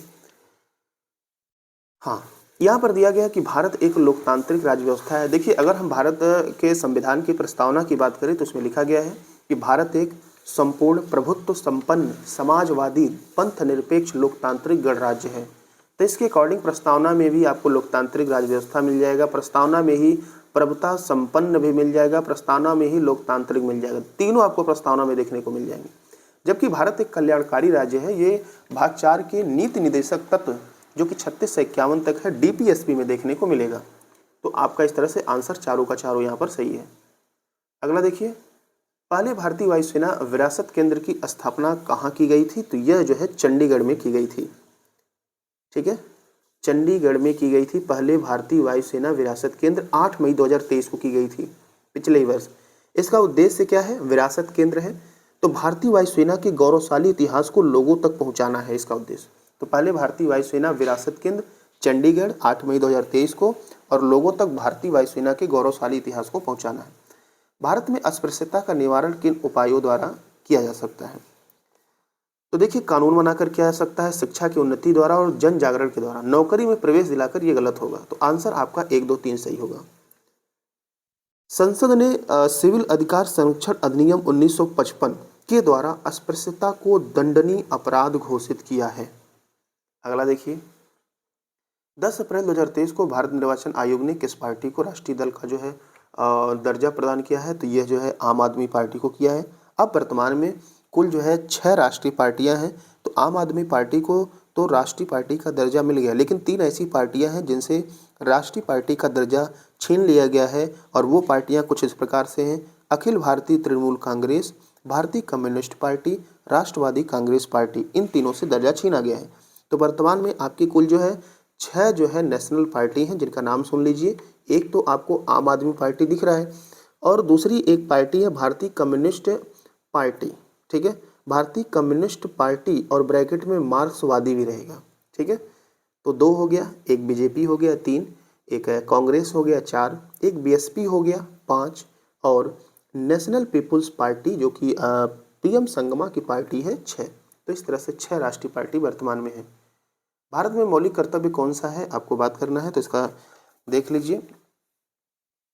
मौलिक कर्तव्य की बात करें तो इसमें ऑप्शन बी हो जाएगा। हमारी मिली जुली संस्कृति की समृद्ध विरासत को संरक्षित करना, यही हमारा जो है मौलिक कर्तव्य है। और मौलिक कर्तव्य के अनुच्छेद 51 की क के च में ये लिखा गया है। तो आंसर यहाँ पर बी सही हो जाएगा। जनवरी 2023 में गिनीज वर्ल्ड रिकॉर्ड किस जनसंघ पर स्थित प्लेटफॉर्म को विश्व के सबसे लंबे प्लेटफॉर्म का दर्जा दिया गया है? तो ये कर्नाटक के हुब्बली जनसंघ को दिया गया है, जिसकी लंबाई अब हो गई है 1507 मीटर। कितना? 1507 मीटर। लेकिन इससे पहले जो रिकॉर्ड था ये गोरखपुर प्लेटफॉर्म नंबर 1 का था, जिसकी लंबाई जो थी वो 1366 मीटर थी। ठीक है, तो इस तरह से आपका आंसर नंबर सी हो जाएगा। किस वर्ष लोकसभा में महिला सांसदों की जो है संख्या वो न्यूनतम थी? 1977 में थी, मात्र 19 महिला सांसद थी। लेकिन जो लेटेस्ट आपका जो ये 2019 में जो लोकसभा का चुनाव हुआ है, इसमें जो महिला सांसदों की संख्या है वो 78 है, जो कि आज तक इतिहास में सबसे अधिक है। लेखानुदान संघ सरकार की अनुमति प्रदान करता है। तो यह जो है निश्चित अवधि के लिए भारतीय संचित निधि से धन निकालने के लिए अनुच्छेद 116 के तहत। देखिए, जो विनियोग विधेयक या बजट के समय सीमा के अंदर पारित न होने पर जो बजट होता है, अगर वो समय सीमा के अंदर पारित नहीं होता है की स्थिति में जब संघ को मतलब केंद्र को धन की आवश्यकता होती है, तो लोकसभा को, ठीक है, लेखानुदान के माध्यम से संचित निधि से अग्रिम निधि प्रदान करने की शक्ति है। अगले प्रश्न की बात करेंगे, संविधान का कौन सा अनुच्छेद संवैधानिक विवाद में सर्वोच्च न्यायालय के अपीली क्षेत्राधिकार से संबंधित है? तो ये जो है आपका ऑप्शन सी हो जाएगा। अनुच्छेद 134 के ए को मिलाकर अनुच्छेद 132 के 32 को पढ़ेंगे तो हो जाएगा। किसी उच्च न्यायालय की कार्रवाई में दिए गए निर्णय अंतिम आदेश की अपील जो है उच्चतम न्यायालय में जाती है। अगर उच्च न्यायालय कोई आदेश दे दिया है तो अंतिम में आपको सर्वोच्च न्यायालय में जाना है, ना कि नीचे कोई उसको आदेश नहीं दे सकता है। अगला बताना है निम्न में से कौन सा जो है सही सुमेलित नहीं है? तो देख लीजिए, अंतर राज्य परिषद की स्थापना 1990 में, राष्ट्रीय विकास परिषद की स्थापना 1954 में नहीं 1952 में हुई थी, ध्यान दीजिएगा। बाकी केंद्रीय सतर्कता आयोग 64 और राष्ट्रीय मानवाधिकार 1963 में हुई थी। मोदी ने जून 2023 में अमेरिका की यात्रा से संबंधित कथन पे आपको फिर से विचार करना है। तो देख लीजिए, पहला है कि यह मोदी की अमेरिका की पहली आधिकारिक राजकीय, देखिए आधिकारिक यात्रा है, राजकीय पहली यात्रा है, ठीक है, राजकीय यात्रा है। इसके पहले अमेरिका का दौरा मोदी 6 बार कर चुके हैं, तो पहला बिल्कुल सही है। दूसरा, मोदी जी ने अमेरिका के कांग्रेस की संयुक्त बैठक को संबोधित किया, जो कि प्रधानमंत्री द्वारा बैठक के संबोधन का 6वां अवसर था। नहीं, अभी मोदी जी ने जो है दूसरी बार जो है उनके संयुक्त बैठक को संबोधित किया, तो दूसरा गलत है, आपका पहला सही है। अगला देखिए, 8 से 11 मार्च 2023 के मध्य कहाँ के प्रधानमंत्री भारत की राजकीय यात्रा पर थे? तो इसका आपका जो सही आंसर हो जाएगा ऑस्ट्रेलिया के प्रधानमंत्री एंथोनी अल्बनीज, ठीक है। और जो है यहाँ पर जो है भारत ऑस्ट्रेलिया वार्षिक शिखर सम्मेलन, पहला भारत ऑस्ट्रेलिया वार्षिक शिखर सम्मेलन का आयोजन नई दिल्ली में किया गया है। और सुनिए, एक और करंट अफेयर ऑस्ट्रेलिया से रिलेटेड इंपॉर्टेंट है कि ऑस्ट्रेलिया का जो डीकनी विश्वविद्यालय है, देखिए ऐसे लिखते हैं डीकिनी, ऑस्ट्रेलिया का जो डीकनी विश्वविद्यालय है भारत में अपनी शाखा खोलने वाला पहला विदेशी विश्वविद्यालय बन रहा है। बाकी आपका जो ये आपका रीजनिंग और मैथ दिया है, इसको अभी नहीं सॉल्व करेंगे, इसको हम लोग बाद में करेंगे एक ही बार। इसमें हम बढ़ते हैं आगे, देखते हैं और कहाँ प्रश्न देखने को मिलता है। तो इसके बाद जो आपको प्रश्न देखने को मिलेगा ये 94, देखिए, विश्व प्रेस स्वतंत्रता सूचकांक 2023 से संबंधित कथन पे आपको विचार करना है। तो देख लीजिए, पहला दिया गया, इस सूचकांक में नॉर्वे शीर्ष स्थान पर है। तो देखिए, ये सूचकांक जो है 3 मई को जारी किया गया। 3 मई को विश्व प्रेस स्वतंत्रता सूचकांक दिवस भी मनाया जाता है, ठीक है। और इस सूचकांक में नॉर्वे जो है आपका टॉप पर है, बिल्कुल सही है। सूचकांक में भारत 180 देश में 96वां स्थान है, ये बिल्कुल गलत है, भारत का 161वां स्थान है, ठीक है। विश्व प्रेस स्वतंत्रता सूचकांक में भारत की स्थिति मतलब इस सूचकांक के अकॉर्डिंग बहुत दयनीय है। और उत्तर कोरिया को अंतिम 180वां स्थान प्राप्त हुआ, सही है। तो 1-3 आपको सही देखने को मिलेगा, भारत 161वें स्थान पे है। अगला सुनिए, 4 अप्रैल 2023 को कौन सा देश नाटो का 31वां जो सदस्य देश बना है? तो ये फिनलैंड देश बना है। नाटो का फुल फॉर्म होता है नॉर्थ अटलांटिक ट्रीटी ऑर्गेनाइजेशन। 1949 में इसकी स्थापना हुई थी और इसका हेडक्वार्टर बेल्जियम के ब्रुसेल्स में है। आगे देखिए, किसी दी गई अवधि के लिए एक देश की जो राष्ट्रीय आय होती है वो होती है उत्पादित अंतिम वस्तुओं और सेवाओं के मौद्रिक मूल्य के बराबर होती है, ठीक है, और जो कि एक विशेष समय में अर्थात एक साधारण वर्ष में होती है। और राष्ट्रीय आय की गणना जो है एनएसओ के द्वारा की जाती है। चलिए, निम्न में से किस आर्थिक सर्वेक्षण में पहली बार धारणीय विकास और जलवायु परिवर्तन का नवीन अध्याय जोड़ा गया था? तो ये 2011-12 में जोड़ा गया था। कब जोड़ा गया था? 11-12 में। भारत में कृषि उत्पादों के बाजार को किसने अधीन विनियमित किया जाता है? किसके अधीन विनियमित किया जाता है? तो यह जो है आपका राज्यों द्वारा अधिनियमित कृषि उत्पाद विपणन समिति अधिनियम के द्वारा जो है इसको अधिनियमित किया जाता है। इसको एपीएमसी एक्ट भी कहा जाता है। अगले प्रश्न की बात करेंगे, 95वें आस्कर पुरस्कार। हाँ, 95वें ऑस्कर पुरस्कार 2023 से संबंधित कौन सा जो है असत्य है, आपको बात करना है। पहला देखिए, एस राजमौली द्वारा निर्देशित तेलुगु फिल्म RRR के गीत नाटू नाटू को सर्वश्रेष्ठ संगीत ओरिजिनल सॉन्ग श्रेणी में ऑस्कर अवार्ड दिया गया है, तो ये बिल्कुल सही है। और दूसरा, नाटू नाटू गीत के संगीतकार MM कीरावानी और गीतकार चंद्रबोस हैं। ध्यान दीजिएगा, नाटू नाटू जो कि ट्रिपल आर का जो है गाना है और SS राजमौली जो है डायरेक्टर इसको किए हैं और इस गीत के संगीतकार MM कीरवानी और गीतकार चंद्रबोस हैं। ठीक है, दोनों का दोनों यहाँ पर सही है। अगले प्रश्न की बात करेंगे। अब इसमें पूछा गया था कौन सा गलत है, अभी तो दोनों सही है। यह प्रसिद्ध गीत जो है अभिनेता रामचरण एवं जूनियर NTR पर फिल्माया गया है, और तो ये आपका जो ऑप्शन जो है बिल्कुल सही है। और यहाँ पर दिया गया कि 95वें ऑस्कर पुरस्कारों की सर्वाधिक 10 ऑस्कर पुरस्कार film everything everywhere all at once को प्राप्त हुआ है, तो 10 नहीं हुआ है, 7 हुआ है। तो आंसर आपका यही होगा, यही आपका गलत है, तो आंसर यहाँ पर डी हो जाएगा। पूछा गया था कि कौन सा कथन असत्य है। भारत में कागजी मुद्रा प्रथम बार कब चलाई गई थी? देखिए, यदि क्लियर ना हो रहा होगा तो थोड़ा सा अपना रेजोल्यूशन बढ़ा लीजिएगा। भारत में कागजी मुद्रा प्रथम बार कब प्रभावी हुई थी? तो भारत में कागजी जो मुद्रा प्रथम बार है वो 1862 में हुई थी। ठीक है, इसमें क्या हुआ था, 1861 के पेपर करेंसी एक्ट के द्वारा ब्रिटिश सरकार ने बैंकों से कागजी मुद्रा के निर्गमन का अधिकार जो है वापस ले लिया था। अब इस वापस लेने के कारण जो है भारत सरकार ने जो है 1861 में 1 मार्च 1861 से जो है क्या करना, कागजी मुद्रा छापना शुरू कर दिया। आगे देखिए, निम्न उपायों में से किसके किनके परिणाम स्वरूप अर्थव्यवस्था में मुद्रा आपूर्ति में जो है वृद्धि होती है? तो देखिए, पहला है कि केंद्रीय बैंक द्वारा लोगों से सरकारी प्रतिभूतियों का जो है क्रय किया जाए, और सरकार द्वारा केंद्रीय बैंक से लिया गया ऋण। तो यहाँ पर 2 आंसर होगा, 1 और 3। ठीक है, तो इससे जो है मुद्रा आपूर्ति में वृद्धि होती है। जबकि ऑप्शन 2 और 4 जो दिया गया है कि लोगों द्वारा वाणिज्यिक बैंकों में जमा की गई करेंसी और केंद्रीय बैंक द्वारा लोगों को सरकारी प्रतिभूतियों का जो है विक्रय, इससे जो क्या होता है, मुद्रा आपूर्ति में कमी आती है।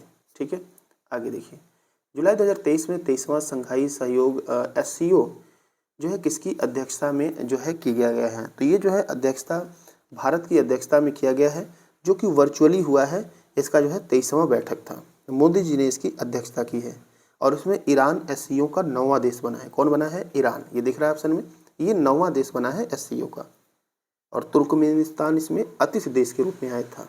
ठीक है, राष्ट्रीय आय के अंतिम अनुमान 2022 से 23 से संबंधित कथन पे आपको विचार करना है।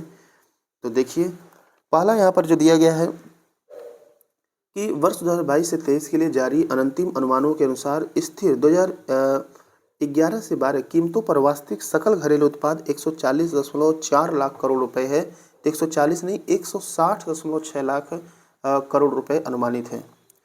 तो पहला आपका गलत है, 160 हो जाएगा, 140 नहीं होगा। वर्ष 2022-23 में वास्तविक सकल घरेलू उत्पाद की वृद्धि दर 7.2% अनुमानित है, जबकि 21-22 के लिए 9.1% अनुमानित था। तो दूसरा आपका यहाँ पर सही होगा, पहला आपका गलत है। ठीक है, तो कथन 1 असत्य है और 2 सही है। किसी देश को ऋण जाल में फंसा हुआ कब कहा जाता है? तो देखिए, इसका सही आंसर बी होगा, उसे बकाया कर्ज पर ब्याज के भुगतान के लिए ऋण लेना पड़े। मतलब एक जो बकाया कर्ज है उसका ब्याज देना है, उस ब्याज को देने के लिए भी देश फिर से कर्ज लेगा, तो उसको जो है ऋण जाल में फंसा हुआ कहा जा सकता है। और ऐसा जो है आप हाल फिलहाल में श्रीलंका के साथ देखिए, चाइना ने किया था। निम्न में से क्या एक संयुक्त राष्ट्र संघ से संबंधित जो है नहीं है? तो देखिए, बहुपक्षीय निवेश गारंटी अधिकरण, मल्टीलेटरल इन्वेस्टमेंट गारंटी एजेंसी, ये बिल्कुल है। अंतर्राष्ट्रीय वित्त निगम, ये भी है, UN से संबंधित है। आगे चलते हैं, अंतर्राष्ट्रीय निवेश विवाद समझौता केंद्र, ये भी है। लेकिन जो ये अंतर्राष्ट्रीय निपटारा बैंक है, बैंक फॉर इंटरनेशनल सेटलमेंट, ये UN से संबंधित नहीं है। ठीक है, आगे देखिए, वर्ष 2023 का शांति का नोबेल पुरस्कार जो है किसे प्रदान किया गया है? ये नरगिस मोहम्मदी, जो कि ईरान की हैं, ये मानवाधिकार कार्यकर्ता हैं, इनको दिया गया है। वर्तमान में जेल में बंद है। भारतीय पर्यटन के स्वर्ण त्रिभुज में सम्मिलित शहर कौन से हैं? स्वर्ण त्रिभुज दिया है, तो इस तरह से त्रिभुज बनना चाहिए। आप भारत का मैप देखेंगे तो आगरा, दिल्ली और जयपुर में देखेंगे तो यहाँ पर आपको दिल्ली देखने को मिलेगा, इधर जयपुर देखने को मिलेगा और यहाँ पर आगरा देखने को मिलेगा। तो इस तरह से एक त्रिभुज का निर्माण होगा, तो स्वर्ण त्रिभुज इसे ही कहा गया है। ठीक है, आगे देखिए, जनसांख्यिकी लाभांश है। जनसांख्यिकी लाभांश क्या है? तो ये जो है जनसांख्यिकी जो लाभांश कहते हैं, इसमें 15 से 19 वर्ष की कार्यशील जनसंख्या है। और पूछा भी जा सकता है, कार्यशील जनसंख्या जो होता है वो हमेशा 15 से 59 वर्ष की होता है। 15 से 59 वर्ष की अवस्था वाला जो है कार्यशील जनसंख्या में गिना जाता है। वर्ष 2023 के भौतिकी का नोबेल पुरस्कार संयुक्त रूप से पियरे एगोस्टिनी, फेरिक्राज और एन.एल. होलियर को प्रदान किया गया है। ये किस उपलब्धि है दिया गया है? तो यह जो है इनको इलेक्ट्रॉनिक गतिशीलता के क्षेत्र में उपलब्धि है दिया गया है। सूची 1 को सूची 2 से आपको मैच करना है। सिंधु घाटी सभ्यता, इसका जो संबंध हो जाएगा, इसमें नगरी देखने को मिलेगा। उत्तर वैदिक समाज, इसमें जो है आपको जो है कृषक देखने को मिलेगा। ऋग वैदिक समाज में आपको चारागाह और मध्यकाल में जो है जमींदारी देखने को मिलेगा। ठीक है, तो इस तरह से आंसर आप मिलाएंगे तो आंसर आपका चौथा सही हो जाएगा। ठीक है, चलिए अगला प्रश्न दिया गया है कि राजा आनंद का उल्लेख करने वाला अभिलेखी प्रमाण कौन सा है? यहाँ पर इसका जो सही आंसर होगा यही होगा, खारवेल का जो है हाथी गुम्फा अभिलेख हो जाएगा। चेदी वंश का सबसे प्रतापी राजा जो है ये खारवेल ही था। ठीक, और बस यही आपका आंसर हो जाएगा। प्राचीन भारत में सिंचाई कर को क्या कहते थे? तो इसको विदक भागम या इसको उदक भाग भी कहते थे। विदक भागम या उदक भाग भी कहा जाता है। ये जो हिरण दिया गया है मौर्य काल में लिया जाने वाला नगद कर था। जो उद्रंग आपको दिख रहा है ये गुप्त अभिलेखों में भूमि कर को उद्रंग कहा गया है। ठीक है, अगले प्रश्न की बात करेंगे। आइए अगला प्रश्न जो आपका यहाँ पर दिया गया है, देखिए, हाँ, निम्न में से कौन सा एक काकतीय राज्य में अति महत्वपूर्ण समुद्र पत्तन था? तो इसका सही आंसर हो जाएगा मोटुपल्ली, जो कि आंध्र प्रदेश के कृष्णा जिले में है। इटली यात्री मार्को पोलो ने इस स्थान का दौरा किया था। अगला देखिए, सुमेल फिर से यहाँ पर मिलाना है, देख लीजिए। ये सूची 1 है, सूची 2 है। ये जो जियाउद्दीन बर्नी है, इसने जो है तारिक ए फिरोज शाही का जो है फारसी भाषा में रचना किया था। हसन निजामी जो है ये जो है तबकात ए अकबरी का जो है ये तुर्की भाषा में रचना किया था। मिनहास उस सिराज ने जो है तबकात ए नासिरी का जो है रचना किया था। और याहिया बिन अहमद ने तारीख ए मुबारक शाही का रचना किया था। तो इसको आप मैच कर लेंगे और मैच करेंगे तो ऑप्शन नंबर 3 देखने को मिलेगा। अगले प्रश्न पे चलते हैं। अकबर ने बंगाल तथा बिहार को मुगल साम्राज्य में कब मिलाया था? तो ये 1576 में बिहार और बंगाल को मुगल साम्राज्य में मिला लिया था। कौन सा एक सही सुमेलित है? तो यहाँ पर देख लीजिए, जो खुलदाबाद है, ठीक है, दिया गया है शेख सलीम चिश्ती का मकबरा, ये खुलदाबाद में नहीं है, ये जो है आपका फतेहपुर सिकरी में देखने को मिलेगा। एतमादुद्दौला का मकबरा फतेहपुर सिकरी में नहीं है, ये आगरा में देखने को मिलेगा। औरंगजेब का जो मकबरा है ये औरंगाबाद में देखने को मिलेगा। ठीक है, कहाँ पर? औरंगाबाद, जो कि खुलदाबाद, वहाँ खुलदाबाद पड़ता है। और जो दिल्ली में है अब्दुल रहीम खाने खाना का मकबरा है। तो आंसर डी यहाँ पर आपका सही है, बाकी गलत था। अगला देखिए, कौन सा युग में जो है यहाँ पर सुमेलित नहीं है? तो 17 में 100 देखेंगे तो हेक्टर मुनरो, ये बक्सर का युद्ध जो है में हेक्टर मुनरो ने नेतृत्व किया था अंग्रेजों का, जो कि 1764 में हुआ था। लॉर्ड हेस्टिंग्स ने जो है आंग्ल नेपाल युद्ध का नेतृत्व किया, जो कि 1816 में हुआ। वेलेस्ली के द्वारा चतुर्थ आंग्ल मैसूर युद्ध का नेतृत्व किया गया, जो कि 1798 से 99 में हुआ। और लॉर्ड कॉर्नवालिस के द्वारा तृतीय आंग्ल मराठा युद्ध हुआ था, जो कि 1817 से 1818 में हुआ था। तो ये कॉर्नवालिस यहाँ पर नहीं था, आंसर डी यहाँ पर होगा, यही गलत है। यहाँ पर हेस्टिंग्स आ गया था। हेस्टिंग्स के द्वारा तृतीय आंग्ल मराठा युद्ध 1817 से 1818 में हुआ था। किस भारतीय अप्रख्यात इतिहासकार ने 1857 की क्रांति को क्रांति नहीं माना है? तो ये आरसी मजुमदार ने 1857 की क्रांति को क्रांति नहीं माने हैं। आरसी मजुमदार के द्वारा एक बुक लिखा गया है, द सिपाही mutiny and the revolt of 1857। इसमें इन्होंने कहा है कि राष्ट्रीय संग्राम न तो पहला न ही राष्ट्रीय था और न ही स्वतंत्रता संग्राम था। तो इन्होंने जो है 1857 की क्रांति को क्रांति नहीं माना है। अगला देखिए, भारतीय राष्ट्रीय कांग्रेस का अंतिम अधिवेशन जिसमें बाल गंगाधर तिलक जो है ने भाग लिया था, अमृतसर अधिवेशन 1919 था। ठीक, अब यहाँ पर देखिए, मॉन्टेग्यू चेम्सफोर्ड सुधार के तहत होने वाले विधायिका के चुनाव का बहिष्कार करने की महात्मा गांधी की नीति का इन्होंने विरोध किया था और इसके बाद कांग्रेस के अधिवेशन में कभी भाग नहीं लिए थे। ठीक है, आगे बात करते हैं। अगला यहाँ पर दिया गया गांधीवादी अर्थव्यवस्था निम्न में से कौन सा एक सही नहीं है। तो देखिए पहला दिया गया वे अहिंसा पर आधारित अर्थव्यवस्था पर बल देते थे, सही है। केंद्रीकरण शोषण और असमानता को जन्म देता है, अतएव अहिंसक सामाजिक संरचना केंद्रीकरण विरोधी है, ये भी सही है। वे भारत में मशीनीकरण के पक्षधर नहीं थे, ये भी सही है। वे यूएसए में मशीनीकरण के पक्षधर नहीं थे, ये जो है आपका यही जो है गलत हो जाएगा। वे जो है यूएसए में मशीनीकरण के पक्षधर थे, तो आंसर डी हो जाएगा। सविनय अवज्ञा आंदोलन के संदर्भ में निम्न में से कौन सा कथन सही है, आपको विचार करना है। तो देखिए पहला दिया गया महात्मा गांधी को नमक कानून तोड़ने के विरोध में सजा नहीं दी गई, ये बिल्कुल गलत है, उनको सजा दी गई थी। 6 अप्रैल 1930 में डांडी में एक मुट्ठी नमक लेकर गांधी जी ने नमक कानून का उल्लंघन किया था, जिसके कारण इनको मुंबई के यरवदा जेल में इनको बंद किया गया था, तो पहला गलत है। दूसरा सुनिए, मदन मोहन मालवीय, देवदास गांधी और के.एम. मुंशी को नमक कानून तोड़ने पर सजा दी गई थी, तो दूसरा आपका बिल्कुल सही है। तो केवल 2 यहाँ पर सही होने वाला है। यूएस ओपन 2023 पुरुष एकल का खिताब किसने जीता, तो इसका जो आपका सही आंसर होगा यूएस ओपन। अभी हमने पीछे बताया है कि आपका विंबलडन ओपन को छोड़ दिया जाए, शेष तीनों आपका ऑस्ट्रेलियन, यूएस और फ्रेंच तीनों जो है नोवाक जोकोविच ने जीता है, जो कि सर्बिया के खिलाड़ी हैं और इन्होंने यूएस ओपन में डेनियल मेदवेदेव जो कि रूस के खिलाड़ी हैं इनको हराए थे। ठीक है, और यूएस ओपन में महिला में जो है एकल का खिताब कोको गाफ ने जीता था, जो कि यूएसए की हैं। ये आर्यना सवालेंका को हराई थी, बेलारूस की। ठीक है, चलिए फिर से यहाँ पर आपको घटना जो है ये मिलाना है, देख लीजिए 1-2। कांग्रेस का संपूर्ण स्वाधीनता प्रस्ताव जो है ये आपको देखने को मिलेगा 31 दिसंबर 1929। ठीक है, ऑप्शन सेकंड हो जाएगा। पूर्ण स्वराज दिवस मनाया गया था 26 जनवरी 1930 को। डांडी मार्च जो है यहाँ पर जो निकला था ये 5 सितंबर 1931 को, और द्वितीय गोल मेज जो सम्मेलन हुआ था ये जो है आपका द्वितीय गोल मेज सम्मेलन नहीं, डांडी मार्च 31 में नहीं हुआ था, सॉरी।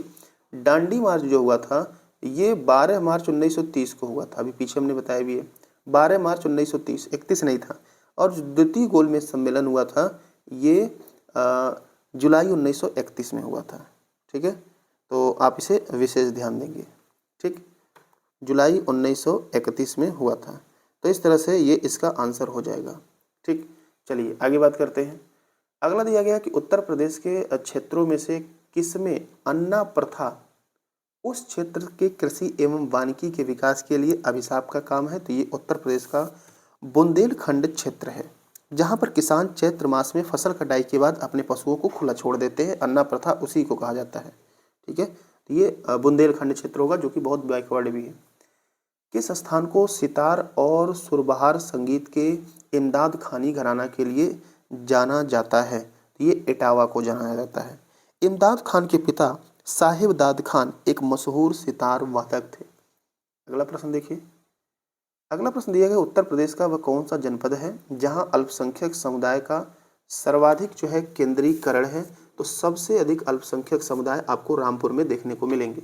1 माइक्रोन लंबाई प्रदर्शित करता है, 10 में -4 जो दिया गया है ये आंसर होगा। बच्चा रट लेता है माइक्रोन पे 10 में -6 होता है, लेकिन जब 10 पे -6 करते हैं तो ये सेंटीमीटर नहीं, ये आपका मीटर होता है। तो ये विशेष ध्यान दीजिएगा, सेंटीमीटर में जब बदलेंगे मीटर को तो 2 पॉइंट घट जाएगा, और माइक्रोन को जो है इस तरह से चिन्ह के द्वारा म्यू ऐसे दिखाते हैं माइक्रोन को। ठीक है, चलिए। भारहीनता की अवस्था में एक मोमबत्ती की ज्वाला का आकार क्या हो जाएगा भारहीनता की अवस्था में, तो यह जो है गोलाकार हो जाएगा। क्या जाएगा? गोलाकार। भारहीनता की अवस्था में अति सूक्ष्म गुरुत्वीय अवस्था होता है।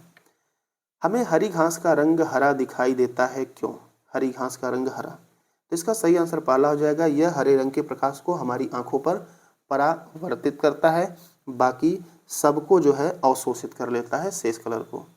एक टीवी सेट को चलाने के लिए निम्न में से एक टीवी रिमोट नियंत्रण इकाई का प्रयोग किया जाता है, तो यहाँ पर टीवी जो रिमोट होता है वहाँ पर औरक्त विकिरण होता है, लेकिन अब कहीं कहीं जो है आपको रेडियो तरंगे भी देखने को मिल जाती हैं, तो यहाँ पर आंसर डी हो जाएगा।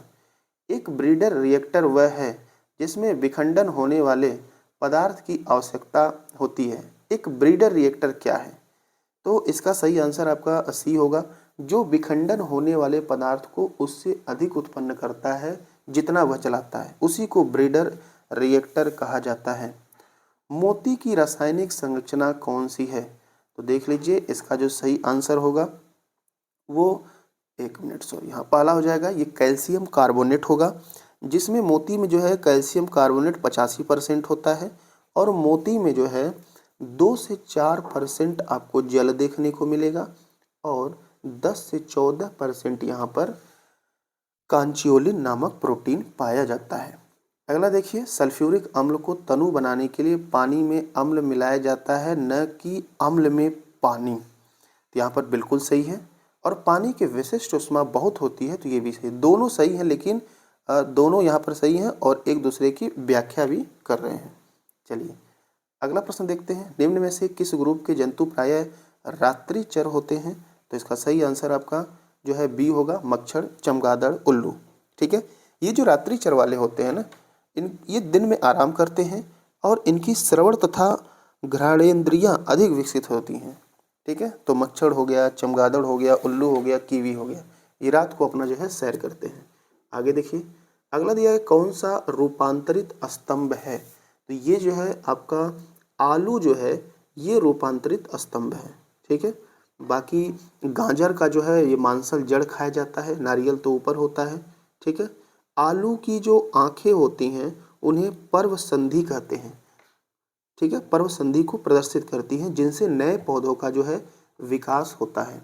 अगला देखिए, मानव शरीर में सेल्यूलोज के कौन सा कथन, हाँ, मानव शरीर में सेल्यूलोज के पाचन में असक्षम है। मानव शरीर सेल्यूलोज के पाचन में असक्षम है, बिल्कुल सही है। ठीक है, सेल्यूलोज में पचाने वाले एंजाइम्स जो होते हैं वो नहीं पाए जाते हैं, इसीलिए मानव शरीर असक्षम है।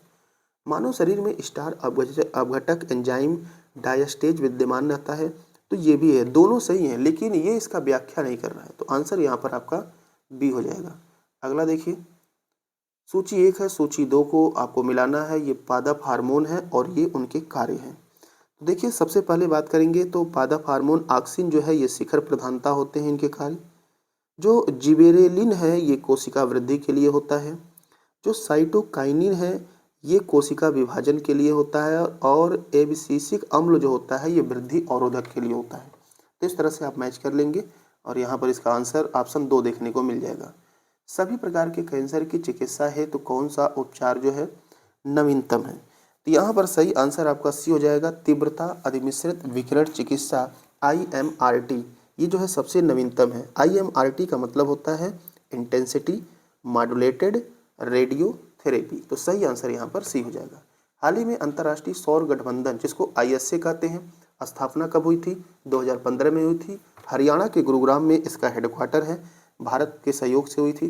तो यहाँ पर जो है अंतर्राष्ट्रीय सौर गठबंधन ने किस देश में अपनी 5वीं क्षेत्रीय बैठक की मेजबानी की है? तो सही आंसर यहाँ पर रवांडा होगा। क्या होगा? रवांडा।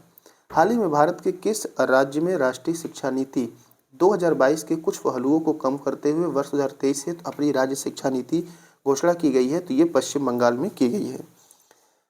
बाकी केरल, कर्नाटक, तमिलनाडु ने राष्ट्रीय शिक्षा नीति को स्वीकार ये नहीं करते हैं, इन्होंने नहीं किया था। ठीक है, तो इस तरह से आपकी जो है 140 प्रश्न पूरे हुए और डिटेल व्याख्या के साथ आप देखेंगे तो 500 प्रश्न पूरे हुए। और सबसे बड़ी क्वालिटी हमारी यही है, यहाँ पर हम आपको कम से कम समय में, इतने कम समय में आपको कोई कंप्लीट पेपर डिटेल डिस्कस करके नहीं देता है, कम से कम 3 से 4 घंटे लग जाते हैं। ठीक है, तो ये आपका पेपर खत्म हुआ। अपने वैल्यूएबल कमेंट्स जरूर करें, साथ ही आप चैनल को सब्सक्राइब भी करें, अधिक से अधिक शेयर करें। पूरा वीडियो ध्यान से देखने के लिए आप सभी का बहुत बहुत धन्यवाद।